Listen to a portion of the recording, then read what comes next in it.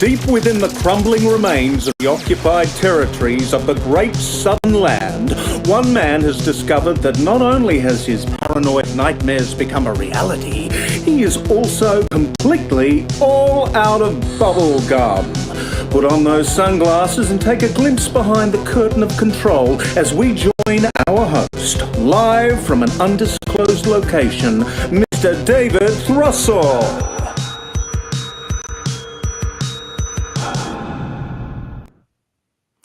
Good day to you, wherever you may be.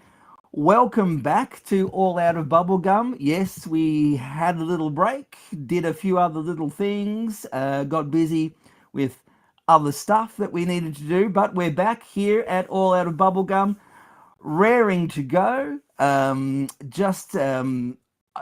we launch to the Forbidden Book Club, which I know some of you very much look forward to, I just wanted to mention two small items that I thought were of interest. You know, I know there's a lot of questions and discussion at the moment of where we're at, where a lot of people saying to me, we are in a very strange time. It feels like a very strange time. I had a conversation with some people last night who were talking about the simmering anger and they feel all around them, etc., which is not that surprising when you think about it. And what came to mind for me, because I'm a bit of a history buff and I'm interested in these kind of things, is a section of the early part of the Second World War called the Phony War. I feel like in some ways, not always, of course, as somebody said, history does rhyme, and I feel like it feels like we're in our own little kind of phony war at the moment. And on some levels, things are quiet, but in other ways, they're absolutely not. There's all sorts of simmering things going on below the surface. But Ed, if you can pull up that graphic of the phony war, look, there's even a book about the phony war. It was a period in the very beginnings of the Second World War in 1939. Obviously, war was declared in Europe in early September 1939 when Germany invaded Poland. England and France declared war on Germany. Around about 2 weeks later or so, Russia also invaded Poland from the east. Nobody ever talks about that. That's forgotten to history. So Germany had invaded Poland from the west. Roughly 2 weeks or so later, Russia also invaded Poland, but from the east, obviously, and they kind of met in the middle and had a sort of demarcation. They split Poland in half between them. For some puzzling reason, the fact that Russia also invaded Poland has been completely almost forgotten to history. But after that period, from around October 1939 till the middle of 19, this strange era that is known as the Phony War, where certainly a war in Europe had been declared, and by some measures that was a world war already, but nothing much was really happening, But you can be sure that there was a lot going on behind the scenes. There would have been a lot of maneuvering, preparing for hostilities. All sorts of things would have been going on, simmering away underneath. But for that 8 to 9 month period, ostensibly things on the surface for people, not for everybody, were sort of quiet. And right now we have this simmering, banks collapsing, economic turmoil. I would say pretty much economic recession, certainly in Australia, and I don't doubt other places as well, but a strange quiet at the same time. Anyway, just a thought that I had. I also wanted to quickly mention our friends at New Dawn magazine, good friends of mine, and I do write for them on occasion, though I have no financial interest in the magazine itself.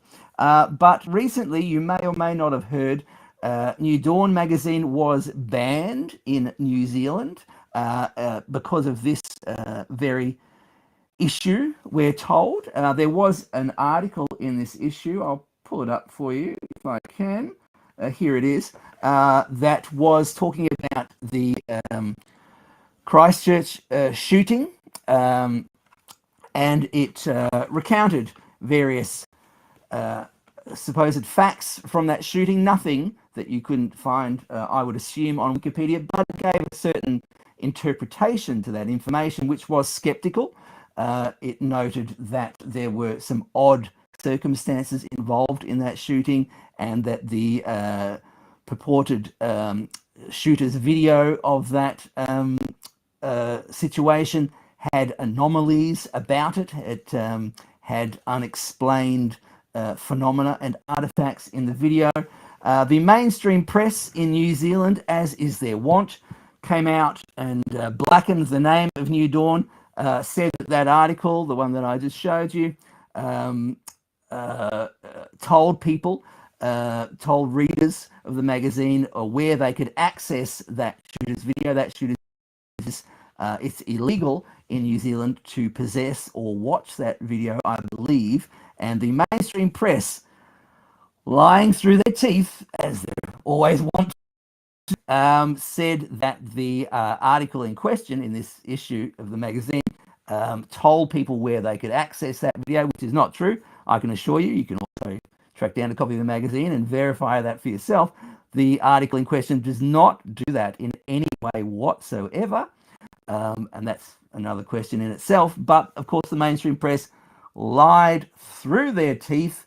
They got some shill from some dubious think tank to propose that this magazine, New Dawn, was breaking the law in New Zealand and should be withdrawn from shelves.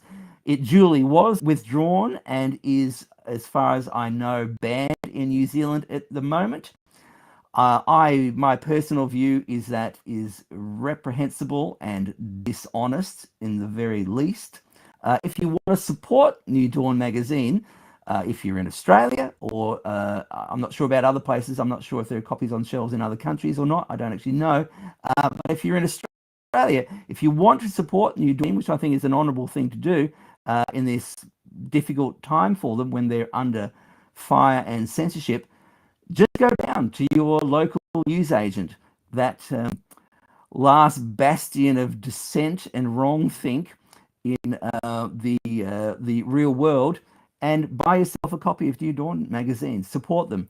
That is what I heartily encourage you to do. Support our friends who've been fighting the fight for a long time, actually, at New Dawn magazine. There's always interesting things in there. And if you feel like supporting them and going down to your local newsagent and buying a copy, I think that would be a splendid thing to do. Anyway, thank you. Ed, what time is it?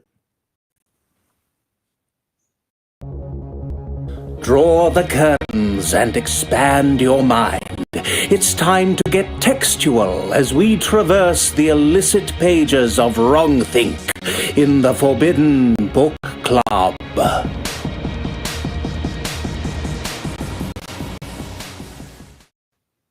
Yes, indeed. It's the Forbidden Book Club, my favorite part of the program. I'm bookish.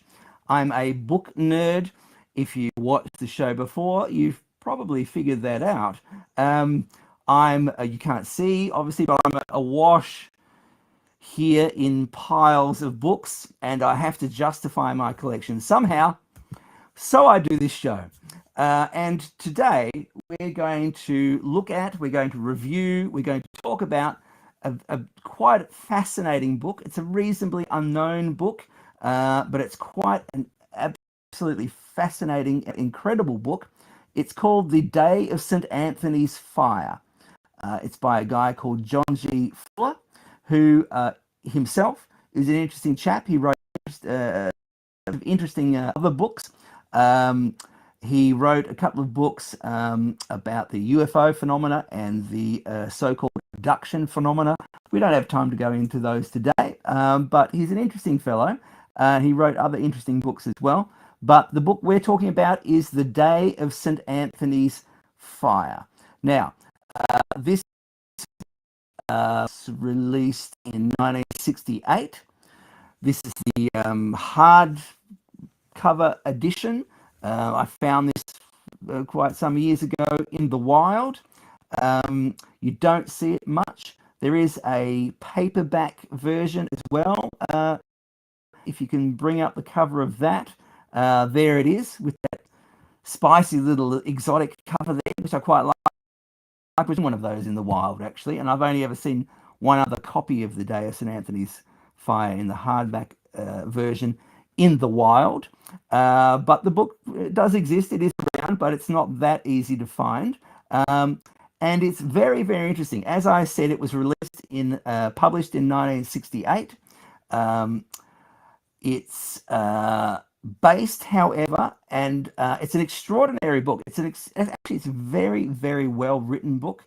It's not a piece of sort of tabloid journalism, although when we get into the content, you might be tempted to think that it might have gone down that path, but it's not. It's actually a very well written book, and it's a very well researched book. It's very thorough. John G. Fuller must have conducted hundreds and hundreds of interviews to accumulate the information that is contained in this book. But it's about events, and it's very accurate, and there's no, as far as I'm aware, there's no real dispute about any of the events that he presents in this book. I'm not aware of any. In fact, this is, if anybody ever writes or talks about the events enclosed in this book, generally this book is the source of that information. And he's writing about events that occurred in August of 1951 in France. And these were extraordinary events which you may well not have heard of. They're not well known to this day. But stay with us, and I think you will find them very, very, very surprising, quite gripping, compelling, quite distressing. I actually find segments of the book really quite upsetting, to be honest with you, but nevertheless necessary and interesting. And as we get further on, I'll point out how, in my view, they are actually really quite relevant today. Now, the book, the events described in this book take place in a small, charming village in the south of France. The village is called Pont Saint-Esprit. It's there you go. There's an image of Pont Saint-Esprit from around about the time period that we're talking, around 1951. I think that photo is from the 1950s. Flick through these images, Ed. We've got a few views of the village. That's it. Retained quite a lot of its charm. I'm not sure if I've ever been there myself. I have been in that area. It's near Avignon and Montpellier in the south of France. That's, if you know any French, you'll know Pont is French for bridge, and there's a very famous bridge that leads over the Rhone River to that small town. I think there's only about 2,000, just upwards of 2,000 inhabitants to the town. It's in the south of France, as that map is showing you, not that far really from Marseille and Nice and those well-known ports in the south of France. As I said, not far from Montpellier and Avignon. Though there it is situated a bit closer in. You'll see Montpellier down there. So I've been there, and I've been to quite a few of these places nearby. I can't remember if I actually been through the town itself. As I said, these events described in this book occurred in August and September of 1951. That August in the Northern Hemisphere obviously is, basically the height of summer. It's pretty warm in the south of France at that time of year. It's the height of summer. And we're going to be focusing to some degree on something, and this may surprise you, but Ed, bring it up. We're going to be talking a bit today about bread. That's right. We're going to talk about bread, and you'll soon understand why in this controversy, the really quite intense events that happen as described in this book revolve, apparently, we're told, around bread. Now, this baguette, as you can appropriately see, you'll notice if you have a look at the cover of the Day of St. Anthony's Fire, you'll notice some bread on fire, a baguette or something akin to that on fire. You're going to ask, what incarnations is that about? Well, let's find out. Historically, there is a phenomena known as St. Anthony's Fire.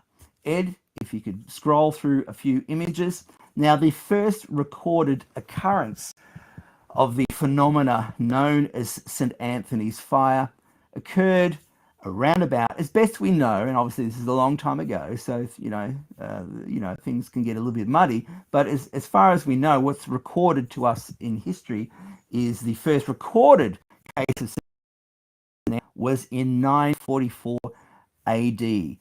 St. Anthony's Fire was a kind of mass delusion, a sort of mass hallucination, a sort of fevered mass delirium, a sort of group insanity. And this happened in the Middle Ages quite often, believe it or not. It was quite a well-established phenomena. At first, people had no idea. They thought it was mass possession by demons. It was also known as the dancing plague, hence that image. People sometimes would, in groups, in large groups, in masses, often whole towns, sometimes whole villages, even whole cities would be possessed by this madness. They would hallucinate. They often attack each other, kill each other, kill themselves, hurl themselves off buildings, set themselves alight, do all sorts of strange things. And this phenomena was actually named after as best we know, a real figure, St. Anthony. There's a couple of St. Anthony's, but the one that we're talking about was a monk, a Christian monk in Egypt, who lived, I believe, in a series of caves and fasted, and often what we would call hallucinated or had visions. And he forged through these sometimes these terrible hellish visions and survived them all, and considered himself to be a stronger and more purified man because he had survived through these hellish visions. So that's where the name of St. Anthony's Fire comes from. This was a well-established phenomena in the Middle Ages. There's even accounts, there's numerous accounts, and it often happened particularly in Germany and France. There are accounts of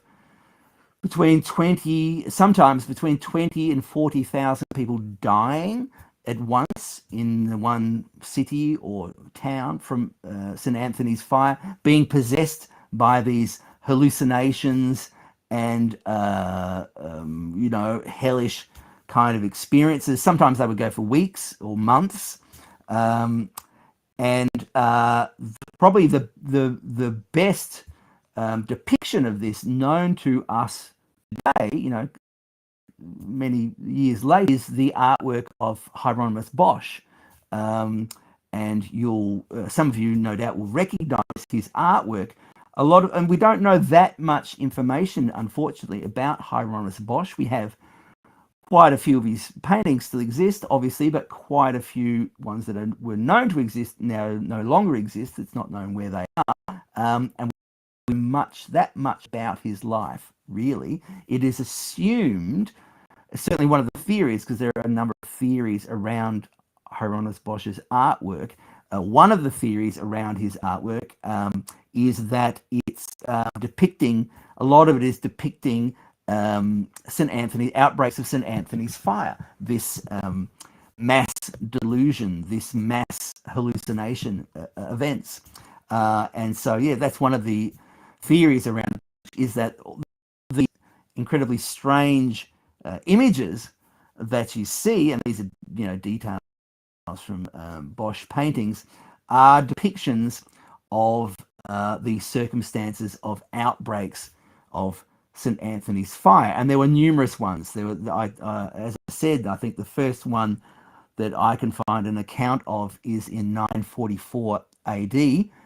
That's over 1,000 years ago, obviously. But there were ones. I think there was another one in 988 or 986 AD. There were ones in the 1200s. There were ones in the 1400s. There were ones in the I mean, Bosch himself was born around about 1450 or so, I think, and he died in 1516. So these were events that were contemporaneous with his life, it is assumed. We now assume, and people, some people felt at the time it was demonic possession or some kind of witchcraft or evil events of some kind. Some people did discern that it might be caused by what's known as ergo poisoning. Ergo is, we now understand, is a fungus, Ed, that grows most often on rye. It sometimes grows on wheat, but it's most often found on rye. Rye that, especially after a wet season, after very wet conditions, and if the rye, or rarely the wheat, is badly stored after a wet season, you will get these, and you can see them there in that image. You'll get these strange tubular shapes growing on there, and that is actually a fungus. And that fungus produces what is known as ergo poisoning, and that it is now known and assumed produced these events of St. Anthony's fire. You had poorly stored rye most often. After wet seasons, people would mill the rye. They would make bread out of it. They would make bread for the whole town. A town or a village at that time might only have one or two mills, and might only have one or two or just a handful of bakers. They would often share out the flour between them, and so you might have an entire town, hundreds, thousands of who would simultaneously, generally happen to everyone all at the same time, have this sort of mass hallucination event. Obviously, that could get pretty hairy sometimes. So that's where the name for this book, The Day of St. Anthony's Fire, comes from. Now, as I said, it describes events that happened, that began around August 16th, 1951. These events continued for 3 weeks to a month. For some people, they continued actually much longer than that. But for most people, the events described in here continued for around about a month. And they began on August 16th, 1951. These dates will become important as we see a little bit later on. So, Ed, let's jump straight into the book itself. I'm going to read you, rather than me paraphrasing and bringing, my own thoughts to it, I'm going to read to you excerpts from the book itself, just to give you a little background. As I said, it's a well-written book. John G. Fuller notes in the beginning that there's a statue. There's a famous statue of the Virgin Mary that adorns the large church, the large cathedral in the town. On the eve of the Second World War, there was a storm, and that storm blew off one of the arms of the Virgin Mary, and that was seen at the time by the villagers as a very bad omen. that something bad was about to occur. A lot of people felt that in the village. And then that was right on the eve of the Second World War, which I think by anyone's definition is a very bad thing that did indeed happen. Just before these events, a couple of days before the events described in this book, there was another big storm over Pont Saint-Esprit, and the arm of the Virgin Mary statue was again blown off. It was blown asunder from the statue adorning their cathedral, and again, many of the locals felt that that was a bad omen, that something bad was about to happen. I think that's a very interesting opening to this actually really well, quite written book. And then the book goes on to actually describe village life, and it's really quite charming, and it made me a touch melancholic for the things that we have lost in our world, the simplicity and the cohesion and the community spirit of life in there, as you saw earlier, really quite charming village in the south of France. So the first chapter is a description of normal, conventional life in the village, and it's really quite charming. But then things start to go, dare I say it, awry, and there's some sporadic outbreaks of illness in nearby towns, and then they spread to the village itself, which is where I will read these excerpts. And they're, to be honest with you, some of these excerpts are quite distressing, but I do think that they're necessary to give you a picture of events that happened there in August of 1951. From the moment, and I'm reading now from the book, from the moment he entered the door, Dr. Gabay could hear the shrieks of 5-year-old Marie Joseph. When he saw her, the sight was shocking, even for a doctor of his long experience. Her entire body was shaking. Her arms and legs were jerking in massive spasms. Her fingers were clenched until they were white. Her toes were bent under so rigidly that they could not be pried open. Her eyes were moving wildly in their sockets, and her contracting arm muscles gave her the appearance of a choral director leading a choir. So all of a sudden, the doctors of the town, and that's one of the doctors, I think there was 3 doctors in the town, all of a sudden they start getting a mass of calls from all over the town and also outside of the town, in the farmlands and so what, of people having very strange turns, very strange reactions. And this is an unfortunate 5-year-old girl who was not immune. Mama, she was crying, Mama, the tigers, they are going to eat me. They are going to bite me. Her eyes would widen, then focus on the wall in front of her.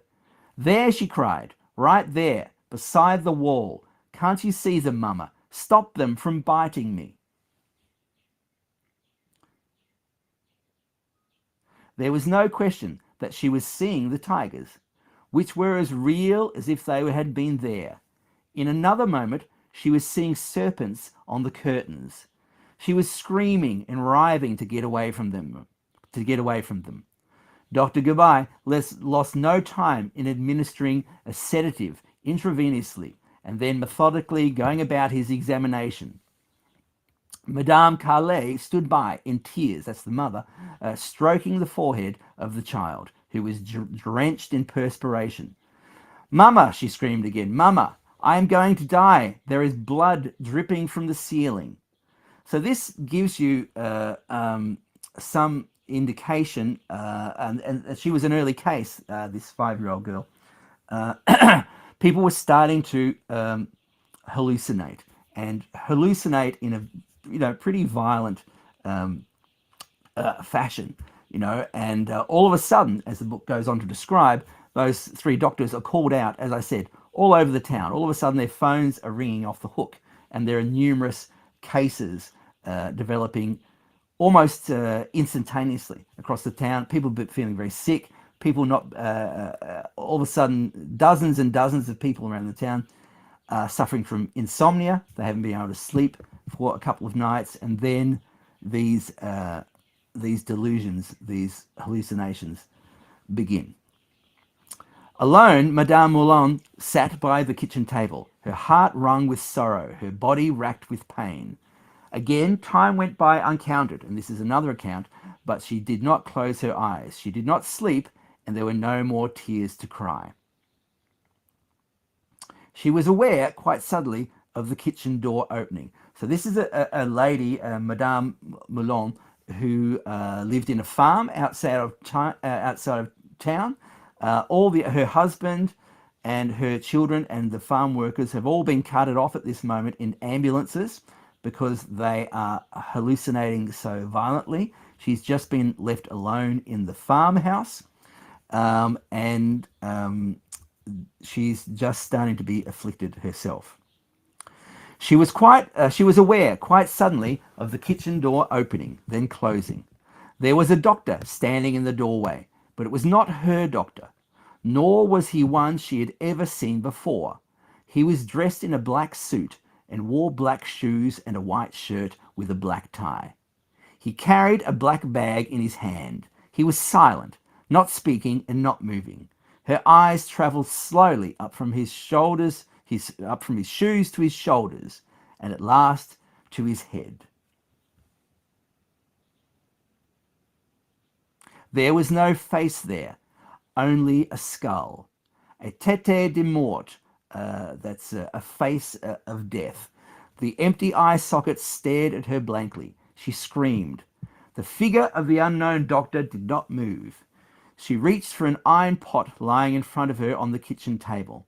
She hurled it at the tête de mort, the face of death, with all the force that she could gather. It passed through the head and shoulders of the motionless doctor and splintered a wooden panel of the door. The pot clattered to the floor at the feet of the doctor, but the feet were no longer there, nor was the rest of the doctor, nor the skull. She screamed again, but there was no one around to hear her. She knew that she was hallucinating, but the hallucination was so vivid it might just as well be real. There was no... go on. The nightmare began spilling out en masse. So we've described the Madame Moulin's hallucinations, and now all of a sudden hundreds of people are being afflicted all over the town by these mass hallucinations. The nightmare began spilling out en masse, that is, all over the place, in both the village itself and the towns and farms surrounding Pont Saint-Esprit, as far as 10 kilometres away, as if some cosmic signal had been given to unleash a diabolic tidal wave. Some say it was far worse in the narrow streets of the village, where the shrieks and screams were heard echoing and resounding against the walls of the houses, ripping through the night air at unpredictable intervals. Mixed with the cries of anguish was the ominous wee-wah, wee-wah, wee-wah of the French ambulance sirens, the screech of their tires. Others say that it was worse on the isolated farms, where wives alone faced husbands and brothers in uncontrollable tantrums with no help at hand, or where husbands were forced to use brute strength to keep their wives or sisters or mothers from tearing themselves to pieces.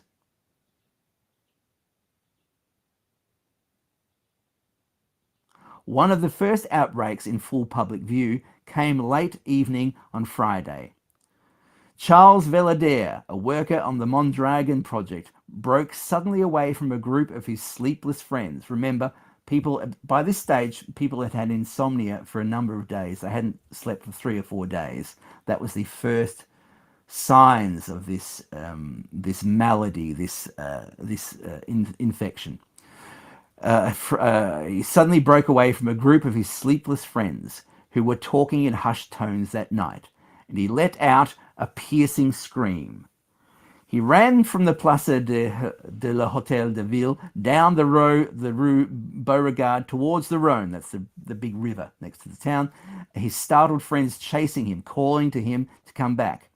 At the Quai des Linas, he stopped at the edge of the river and warned his friends to stand back.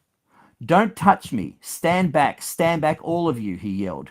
"I am dead. Do you hear? I am dead. My head is made of copper, and I have snakes in my stomach. They are burning, burning, burning." He turned to face the swollen current of the Rhone, which was dark, ominous, and turbulent beneath him. Two of his friends approached him cautiously. "Stand back. Don't come near me," he yelled. "The snakes are burning me. Don't you understand? They'll burn you to death."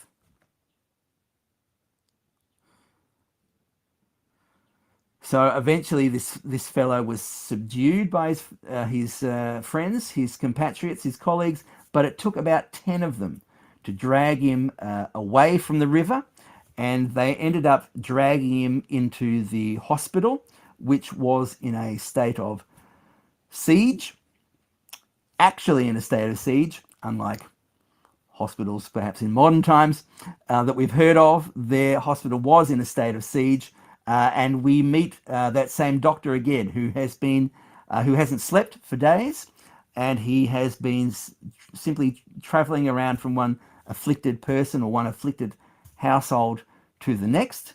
Do keep in mind these are all real events. There is no dispute that any of these events happened and that they happened as described here.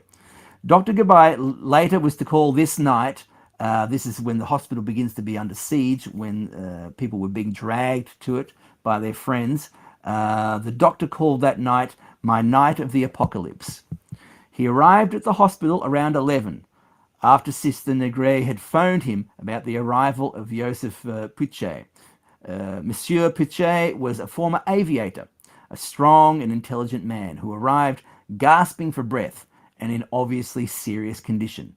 He was placed in a bed on the second floor, and the other floors had long since been filled up by the increase in serious victims who could not be cared for at their homes. Parking his car outside the hospital on the Boulevard Carnot, behind the cars of Dr. Vienne and Dr. Chanac, who were already there, Dr. Gabay looked up at the windows.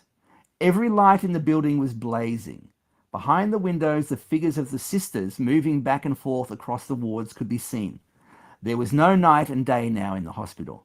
The patients could not sleep because of the mass insomnia, and the sisters could not sleep because of the demands of their wakeful patients. Suddenly, a form appeared in a second-floor window. It was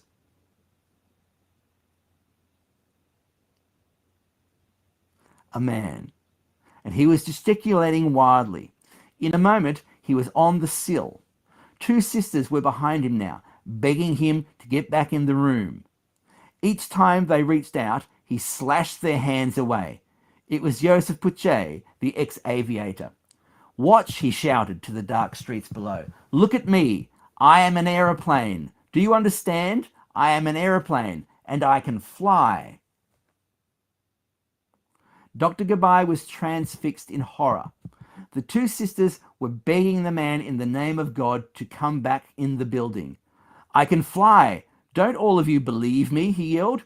"Watch me." All of this had taken less than 10 seconds. With no further warning, he jumped, arms outstretched as if they were the wings of an aeroplane. He soared through the air, landed on the Boulevard Carnot, almost telescoping both his legs. He screamed in agony. Dr. Gabay ran to his side. The sisters ran out of the hospital. As the doctor reached his side, the blood was already soaking through his hospital gown from the green stick fractures. A green stick fracture is the worst kind of breakage that you can have of a bone. It is a shattering of every part of the bone. I'm told it is immensely painful. And as I said, it is the worst kind of shattering of bone possible. Then, incredibly, he rose up on his shattered legs and ran full speed down the boulevard. Several stunned villagers from the houses around joined the chase.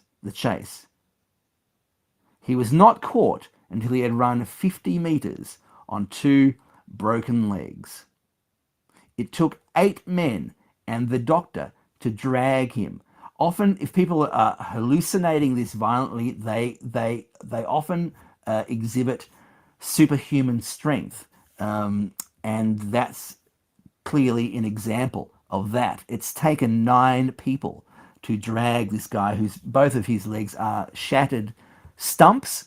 It's taken 9 people to drag him back to the hospital. It took 8 men and the doctor to drag him, still protesting that he was an aeroplane, back to the hospital. It took all 8 to hold him down as the doctor set the fractures. The plaster casts were applied from the hip down to the toes. Immobilized by the casts, he thrashed his arms wildly about the bed until exhaustion finally conquered him. Then the grotesque and macabre parade began.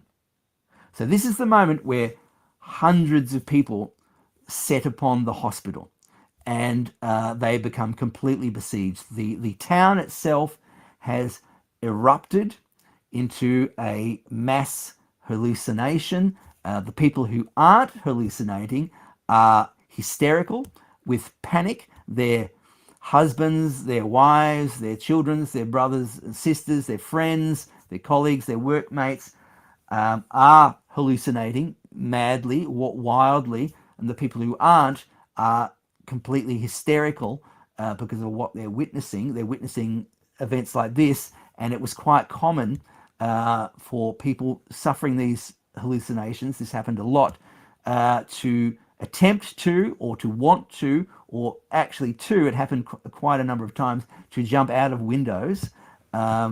They often declared, and if you find yourself a copy of the book and you decide to read it, which I really do recommend, I can barely, just touch the surface today, obviously. In here, you'll find many descriptions of people who were convinced they were being chased by giant balls of fire, and that they had to jump out of windows to escape these giant balls of fire before they engulfed them in flame. They felt like their limbs were on fire. They were screaming in agony because they felt their limbs were aflame, were burning. And this, by this point, is happening all over the town, and it's happening simultaneously. All of a sudden, people are mass hallucinating. And we go back to the hospital, and this description follows. There were 3 straitjackets in the hospital. I'm assuming most people are aware of what a straitjacket is. It's a restraining jacket where the person that it's placed on can't move their hands or their arms. There were 3 straitjackets in the hospital. By shortly after midnight, they were all in use. Nearly 20 strong male volunteers were called into service. The fire department surrounded the hospital. The police were massed in the hallways. It was a rearguard action of retreat. The conquest of the disease was becoming more remote than ever. They were nearly all screaming and shouting that long night. This is in the hospital still, as they were brought into the hospital on stretchers from trucks, from cars, wagons, any form of transportation that could be pressed into use. There was the man and wife, both bleeding and disheveled, who had been chasing each other around the kitchen table with knives. There was the woman with delusions of grandeur, who insisted that she was a baroness and screamed that she was being persecuted when they dragged her through the hospital doors. There was the woman who was absolutely certain that her 3 children had been drawn and quartered and were hanging from the rafters of the attic to be made into sausages.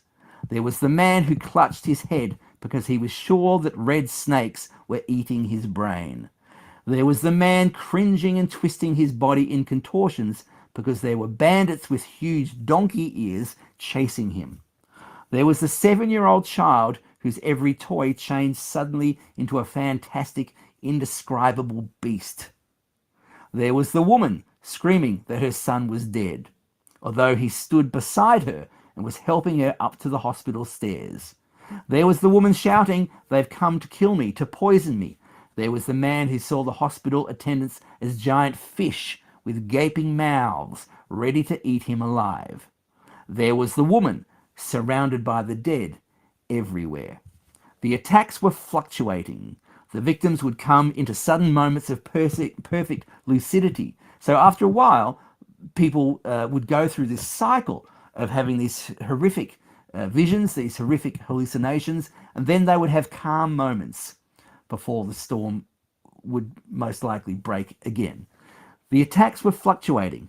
The victims would come into sudden moments of perfect lucidity, recalling what had happened, but not understanding why they had seen such visions. Often they were aware that the monsters and flames that they saw in front of them were not real, yet they saw them just the same. Actually, the moments of calm were as terrifying as the waves of psychosis, because the victim, in a fully rational state, would lie in desperate wait for the next attack to come, anticipating it, dreading it, knowing it was impossible to fend it off. Outside the hospital, the shocked and stunned families and friends stood, looking up at the lighted windows, hearing the screams of those they loved, helpless to do anything for them, lost in confusion, wondering who among the watchers might suddenly become the same as those who were inside. The strength, the violence of the victims was almost unbelievable. At times, it took up to 14 men to hold one man down. With no more straitjackets available, the victims were lashed to their beds, screaming in horror. But the bonds would not hold. As the night continued, the load on the doctors, the sisters, the firemen, the police became overwhelming. Victims were now breaking away from their bonds, running back out into the streets and spilling into the hospital garden. There they uprooted tomato stakes and used them to fight each other. The firemen and police were forced to chase them, tackle them, and hold them down. By 2 a.m, they were holding or attempting to hold more than 40 raving maniacs in the hospital, and the number was growing by the hour. The manpower to handle this impossible situation was growing proportionally smaller. And as the doctors noticed that people who were afflicted by this horrific scenario had some telltale signs. They, after a while, they could tell who was simply hysterical because they were seeing their loved ones jumping out of windows or jumping off bridges, or doing all sorts of other running through the streets screaming. There were people who were reacting hysterically to that, and then there were the people who were actually suffering the delusional psychosis itself, and the doctors could tell. One of the ways they could tell, apart from their behaviour perhaps, was that the afflicted people, they commonly smelt of mice and stale urine. The odour of mice and stale urine in the wards was overwhelming. The volunteers and hospital workers put handkerchiefs over their faces in a vain attempt to stave off the odour.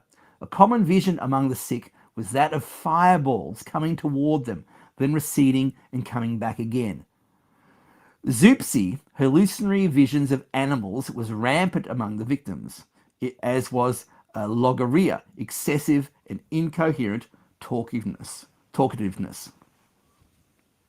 Later, it was learned that the obsession with fire was what caused so many of the victims to jump out the windows. The sensation of imminent death and the delusions of persecution were also frequent all through the night. One fireman, taking a brief rest outside the hospital in the night air, told a bystander, "I hope God will never allow again what I have lived through this night." He was a veteran resistance fighter who had been captured by the Nazis and had known all the full horror of the occupation. Beside him, An older man was crying. My belly is full of snails. They are burning me to death. I am in the water. I am sending out radio messages everywhere. Get me the X-ray. Get me the X-ray, and you can see. A woman in the same ambulance beside him waited her turn quietly, her head lowered.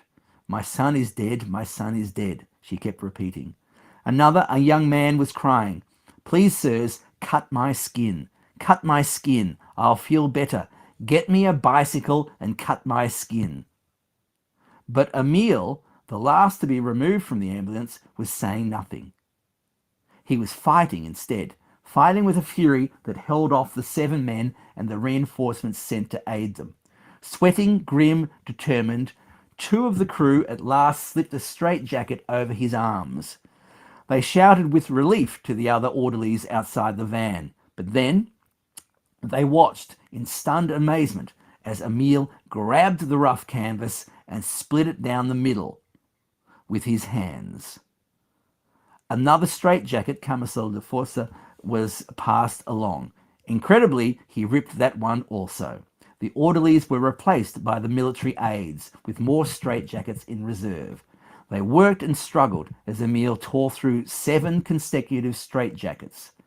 Finally, they were able to envelop him in 2 straitjackets at once, and the battle was over. Later in the book, and I won't read you the precise excerpt, but later in the book, that same person, Emile, eats his way through the leather straps and the straitjacket that has been applied to him. He feverishly gnaws, chews his way through the leather bounds that are across his chest over the top of the straitjacket on the bed that he has been secured to. He violently chews his way through those straps. In the process, he loses all his teeth. He forces all his teeth out as he so desperately chews through those leather straps, losing all his teeth.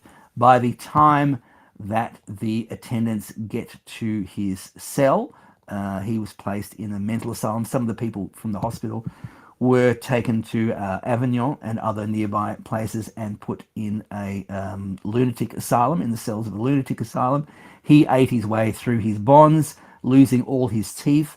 When the attendants finally got to him, they were faced with a guy who had ripped all this stuff off himself, obviously, had lost all of his teeth. He lost all his teeth in doing so, and they were faced with him blood pouring out of his mouth and his teeth, all his teeth on the ground in front of him.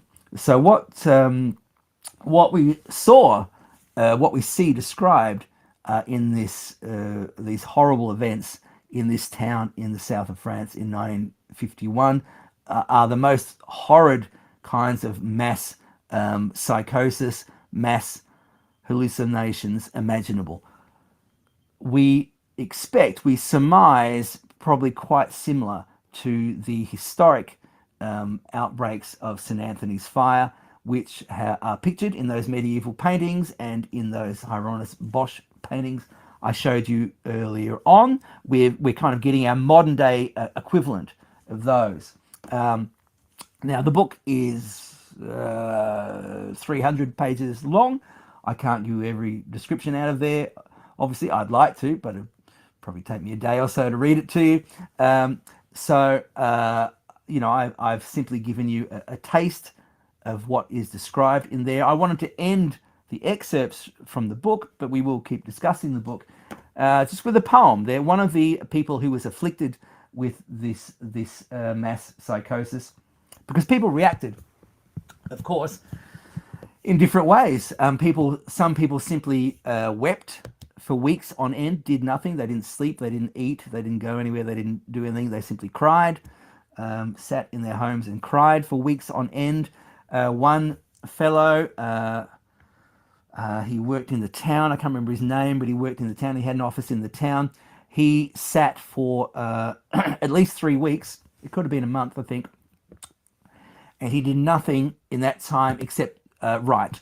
He had an office in the town, and his assistant, uh, I think her name was Mademoiselle Wulschlager, great name, would spend all her time bringing him new pads and new papers and new pens, because he just wanted to write the whole time. He spent 3 weeks or a month doing nothing, not eating, not sleeping, not doing anything except writing.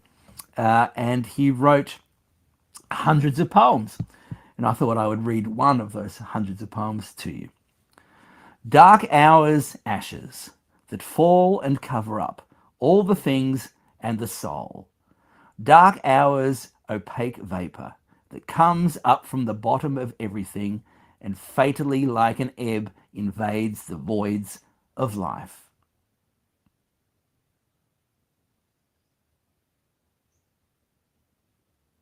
I think there's one more section of that poem, Ed, if you'd be so kind as to bring it up. Dark hours, monotonous song, in a minor key, sad and full of torture, rhythmic sting of the dagger into the mass of brain. Dark hours, acid taste that makes the mouth grin, the whole tragedy of life, the dark hours. So that was a poem written by one of the, I think he was a shopkeeper, or he had an office in the town. As I said, he did literally nothing else for weeks, 3, maybe 4 weeks, except write furiously at a furious clip on pads and pieces of paper for weeks on end. That was just one of the poems that he wrote. I thought it was actually not bad at all. Pretty interesting. Now, the people, there were various theories, of course, in the town about what was happening. Some people thought that the water supply had been poisoned. Some people suspected, there was a rumor went around the town that a arch criminal had poisoned the water supply. There were various other suspicions and rumors, and there were accusations and acrimony and denouncements of people as possibly being responsible for these horrid events. And then the rumor started to go around that all of the afflicted people had eaten bread from one of the bakers, only from one of the bakers. There was a couple of bakers in the town. I think there's 2 or 3 bakeries in the town, but some people started to notice that all of the afflicted, and it came to almost 300 people by the end of this, and some people were afflicted for months on end, but just a bit less than 300 people were afflicted, and the majority, bit interestingly, not all of them, but it turned out the majority of those people had eaten bread from the bakery of Monsieur Briand, and rumors went out that he was responsible. Here, it was a sensation in France at the time, and the story was telegraphed around the world. The newspapers headlined the affliction. At that point, there, as you can see, there are 100 people intoxicated in the town. They're suffering from terror, and there is a hypothesis of malevolent origin. How it worked in France at that time, because bread is such a central feature of French life. There are actually autopsy reports in the book that describe some of the victims, because very unfortunately people died. 7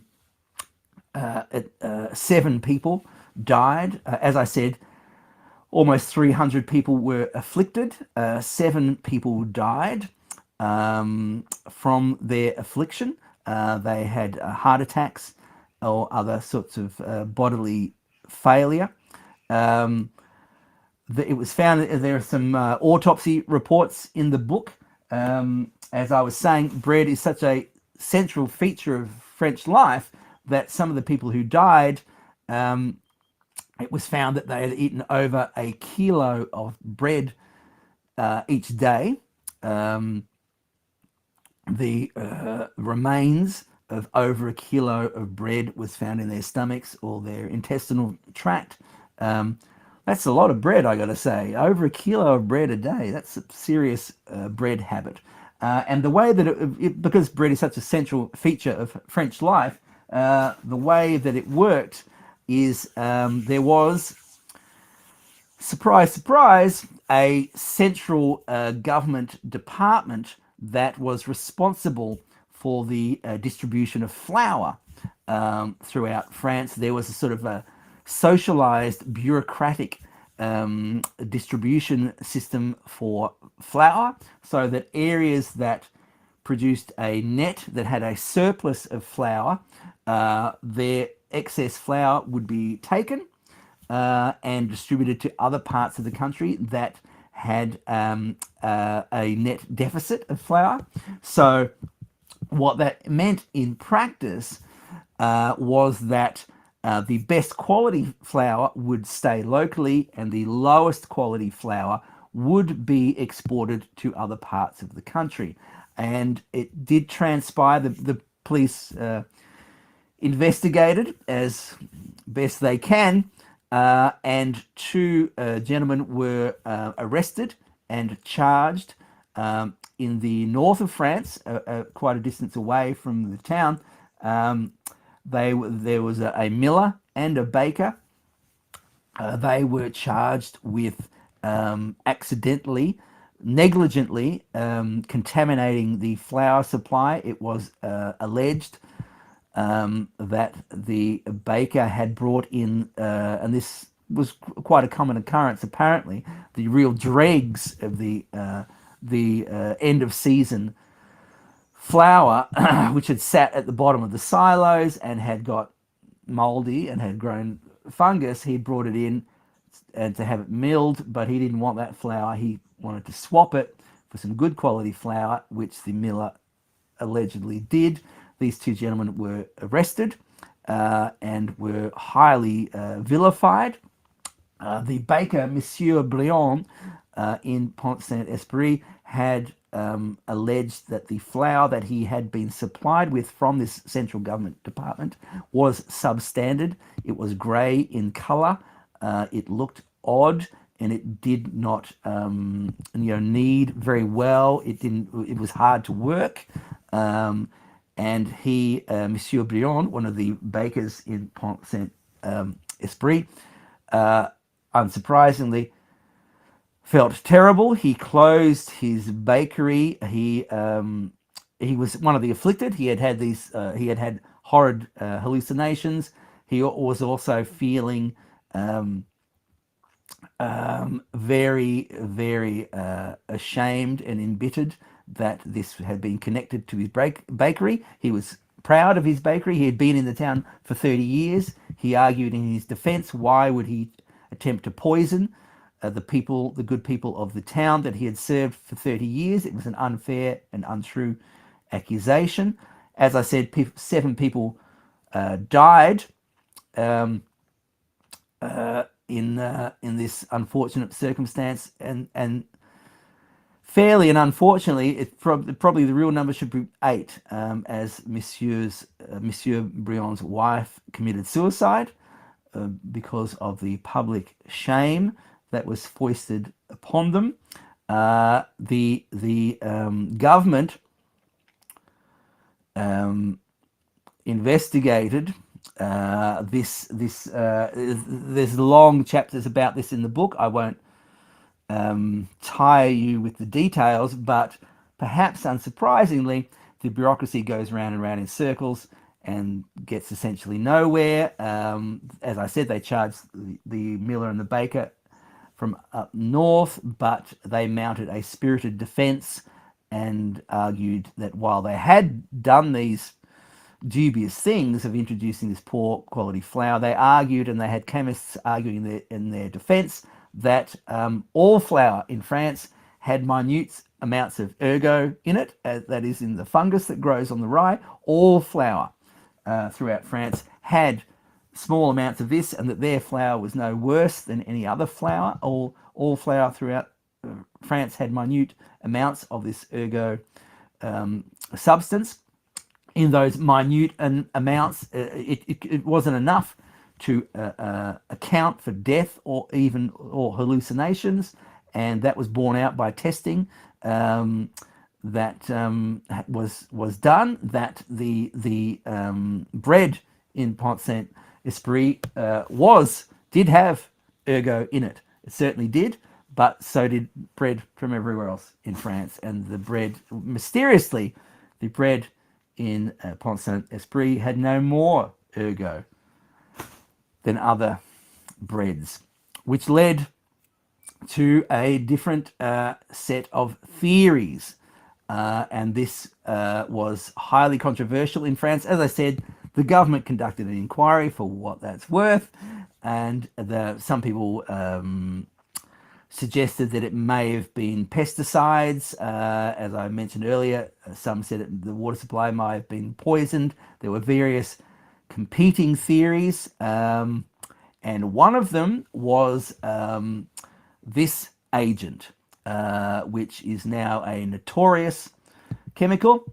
It's known as LSD. Some people noticed that the hallucinations, while they were definitely reminiscent of St. Anthony's fire, in the coming decades, especially in the 1960s, for fairly obvious reasons, people started to draw the connection between LSD and the events at Pont Saint Esprit.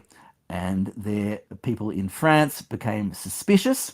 There were accusations that the intelligence agencies may have been involved in perhaps deliberately experimenting on the population of this unfortunate town. And these rumors swirled around in the background of France for a couple of decades afterwards. LSD, many of you will know, of course, but it is an incredibly powerful hallucinogen, first developed in the 1940s by Dr. Albert Hofmann. There's Dr. Albert Hofmann. LSD is also known as acid. It's part of the fabric of the 1960s flower power movement. There's another photograph of Dr. Albert Hofmann. He, as I said, was the discoverer of LSD. He discovered it in the 1940s. He started to mass produce it for experiments. They were experimenting to see what uses it might possibly have in the 1950s. He worked for a company that still exists called Sandoz, which was the only maker and distributor of LSD acid.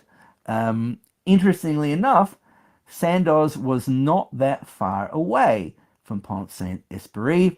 They are and were based in Basel in Switzerland.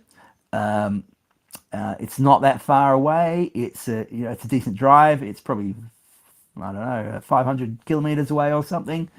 You just go up a bit, over to the east and a bit north kind of thing. It's probably a 5-hour drive or 5-6 hour drive or something like that. It's not very far away in the scheme of things. And people wondered, the rumor persisted in France, and people wondered if this had actually been some kind of mass experiment. It was noted that the CIA, who had an ongoing interest in testing psychoactive and hallucinogenic drugs on the public, they had, in fact, in the early 1950s, the CIA had put out a memo saying that they desperately wanted to conduct mass experiments on populations with these psychotropic hallucinogenic drugs to be potentially used to subdue an enemy nation, or to be used as potential truth serums and other mind control substances. The CIA had made it clear through their MK Ultra program and other programs that they were interested in these sort of topics. But then it fell out of the sort of public consciousness. This book became obscure, as I said earlier on. You don't see it around very much. I've only ever seen 2 copies in the wild, and this is one of them. Then there were new developments in the case. In, I think, around 2008, 2009, this book came out, A Terrible Mistake by Hank Albarelli Jr. It's a hefty volume. It's 6, 7, 8, maybe 800 pages long. It's a chunky volume. It's about it's centered on a gentleman, as you can see actually in the subtitle there, The Murder of Frank Olson and the CIA's Secret Cold War Experiments. So it focuses on this gentleman on the front cover here, Dr. Frank Olson. Ed, we have some photos of Frank Olson. He was a CIA and a military scientist. He was involved in biowarfare experiments. For the CIA, he worked out of a place called Fort Detrick, which is where the somewhat illegally, frankly, and in violation of international agreements, the CIA and the Pentagon and DARPA and other bodies like that work on bioweapons. Bioweapons are transmissible weapons that work on a biological basis. Chemicals, sprays, viruses, things that infect people, things like this. Frank Olson was working for the CIA and the Pentagon in this area in the early 1950s, when and in late 1953, Frank Olson fell to his death and died under frankly mysterious circumstances. Hank Albarelli is a fine journalist. This book is painstaking in the detail that it describes Frank Olson's life and his unfortunate death. As I said, he died in very mysterious circumstances. He apparently jumped through a window to his death at the Bethesda Naval Hospital in Maryland. I think we've got some photos there of Ed of the Bethesda Naval Hospital. So Albarelli really, and this has been a mysterious figure. Frank Olson was kept oddly for somebody who he was brought in for having this. You'll find this interesting, having delusions and hallucinations. And he was deemed to be a potential danger to himself. Oddly, perhaps he, with that diagnosis, he was placed in the 13th floor building of the Bethesda Naval Hospital, from which he fell to his death soon afterwards. And his family were never satisfied with the official conclusion of suicide. And in fact, his son has pursued the matter for decades afterwards to seek justice for his father. Hank Albarelli goes into it in incredible detail in this book. And to piece together his voluminous research, Albarelli speaks to dozens of people who knew Frank Olson, who worked with him, people from the CIA and from the Pentagon. They're often very reluctant to give everything they know. They give little pieces of the story, but Albarelli pieces it together really quite convincingly.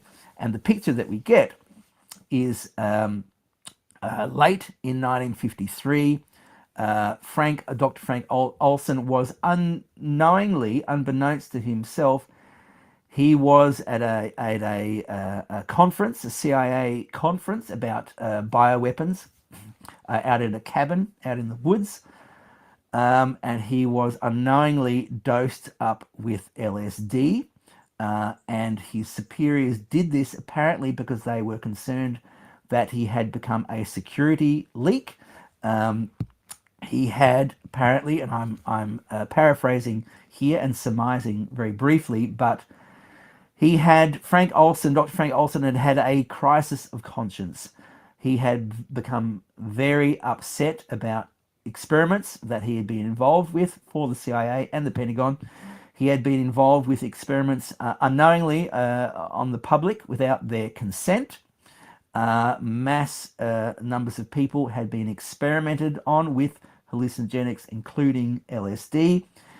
And he started to talk to people in breach of his security agreements. He started to talk to his neighbor, for example, who he carpooled with to work, and other people about a very ugly, very unfortunate, very dark experiment that he had been involved with in France in 1951, where they had dosed, not through the bread, he said it was through other means, but people had assumed it was through the bread supply, but they had dosed an entire town in the south of France.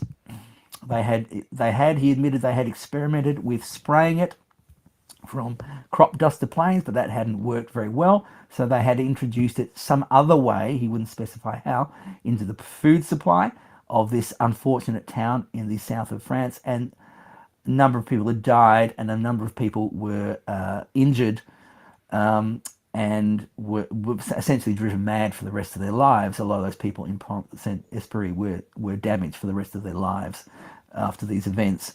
And he had, Dr. Frank Olson had a crisis of conscience about that. He felt very, very bad about it. He felt that it was reprehensible behavior and that they should not have been involved in it. And he started to talk about it. And he started to talk to work colleagues about it, and even his neighbor. And his neighbor dobbed him in and went directly to the authorities and said, Dr. Frank Olson is talking about classified events that he shouldn't be talking to me about. He's having grave doubts about his mission and the conduct of these agencies, and he wants out. He wants to leave. He wants out of the intelligence agencies. He wants to quit and leave. And that was not something that his those higher up the food chain than him, his bosses, felt was at all possible, because they felt that Dr. Frank Olson was a security risk of the highest order. So, as it is told in A Terrible Mistake, they secretly dosed him up with LSD to question him about this and to make sure that he was going to tell the truth. He hallucinated wildly and became dangerous to himself, and was placed under arrest and was taken to the Bethesda Medical Center, the Naval Hospital, where a number of other people have suffered unfortunate accidents as well, like James Forrestal, and it's where the so-called autopsy of President John F. Kennedy was performed. And very unfortunately, Dr. Frank Olson was supposedly, according to the official version, left to his own devices, whereupon he jumped from the 13th floor window to his death. There were signs, however, on the scene that he had been pushed, and his family, as I said, have fought for decades to clear his name and to find out exactly what had happened. But as I said, he had said, and it's all in this book, A Terrible Mistake by Hank Albarelli, he started to shoot his mouth off and say that the CIA and the Pentagon were involved with the French intelligence agencies in committing a mass experiment on the township of Pont Saint-Esprit, in which a number of people died, as you now know, and hundreds of people were injured, were afflicted, and dozens of those people were afflicted lifelong. They never recovered. And Frank Olsen had a crisis of conscience about that, spilled the beans, and that's probably what led to his death. There is a series, a pseudo-documentary series called Wormwood about Frank Olsen. I've seen the first episode. I was not impressed about some things about it. Hank Albarelli was not impressed because he felt that they stole the entire research of his book and did not credit him. So it's controversial, to say the least. Now, you're probably asking at this stage, okay, that's an interesting artifact of history. That's an interesting book, and it certainly is. I highly recommend tracking down a copy and reading it yourself, The Day of St. Anthony's Fire. But how's that relevant?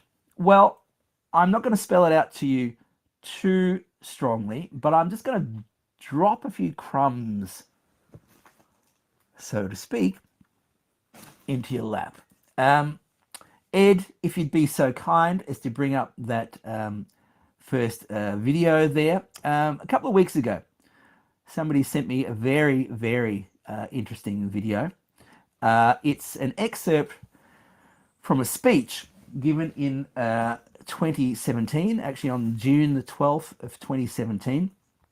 The speech is called Brain Science from Bench to Battlefield, The Realities and Risks of Neuroweapons. And it's by a Pentagon DARPA contractor, Dr. James Giordano.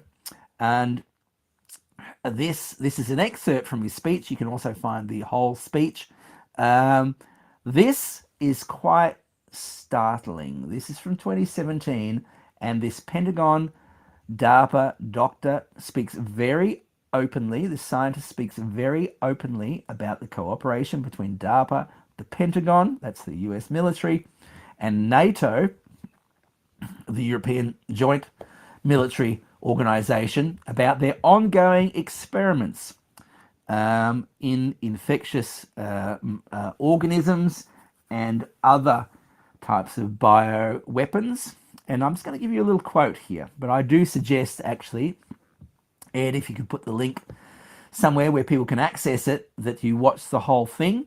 But he does talk very plainly about, I'll quote him here, actually. I'll quote Dr. Giordano here.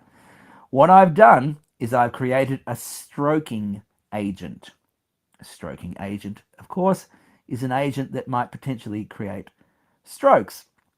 This is one of the things that has been entertained and examined to some extent by my colleagues in NATO and to those working on the use of neurobiological sciences to create populational disruptions. I'm just going to say that term one more time. Populational disruptions.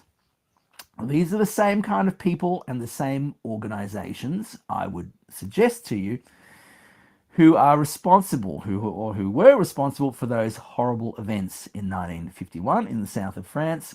The same organizations now have admitted that they were in 2017, quite recently, deep into the research of neuroweapons and bioweapons that might potentially create stroking agents that might potentially create strokes or heart attacks or seizures or other similar afflictions in people, and they view them as potential populational disruptions.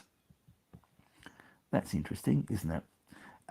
There's another video that somebody sent to me, which I recommend to you. It's quite long, but it's really very interesting, and I'm just presenting information here for you. You can take that information, you can do whatever you choose to do or not do with it, but this is a very interesting video that somebody sent me. This is a Swedish doctor who, according to her, has brought to light numerous documents about military and Pentagon involvement also in bioweapons and other military technologies that I probably can't mention here because we'll get nuked if we do, but they're heavy, deliberate, yet obscured role in developing, funding, and distributing what they euphemistically describe as countermeasures. Countermeasures. It's a military term. It can mean any kind of weapon whatsoever. It's a countermeasure. I highly recommend watching that video. I won't go into detail about it, but if you have interest, I think it could be well worth your time. Okay, I'm going to wrap it up about now. We've been talking today on the Forbidden Book Club about this fascinating book, The Day of St. Anthony's Fire. I highly recommend it to you. All Out of Bubblegum has a website, alloutofbubblegum.net. You can go to that website, alloutofbubblegum.net. You can see all previous episodes of All Out of Bubblegum, even those ones that have been nuked on various platforms. You can access other information there. You can also, if you're inclined, if you go to alloutofbubblegum.net, you can listen to these broadcasts as podcasts on Spotify and some other platforms, and you can watch them on various other alternate video platforms. You can also, on alloutofbubblegum.net, you can support All Out of Bubblegum, which is most appreciated. Thank you very much to the people who have supported All Out of Bubblegum so far. Your contributions and your support is most graciously and affectionately accepted. Thank you to the people who have suggested books to us. The suggestions are uniformly excellent. Thank you. Unfortunately, we generally don't have time to get to do them all, but they're excellent suggestions. To the people who've sent, actually physically sent in books, thank you very much. Those are also very appreciated.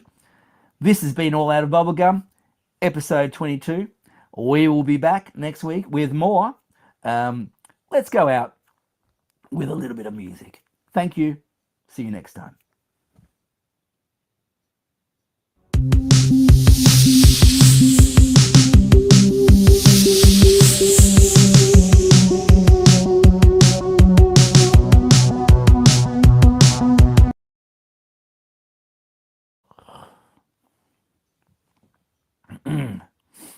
Ed, if you're still there, see if you can play Snog Chains. That's what I was thinking of.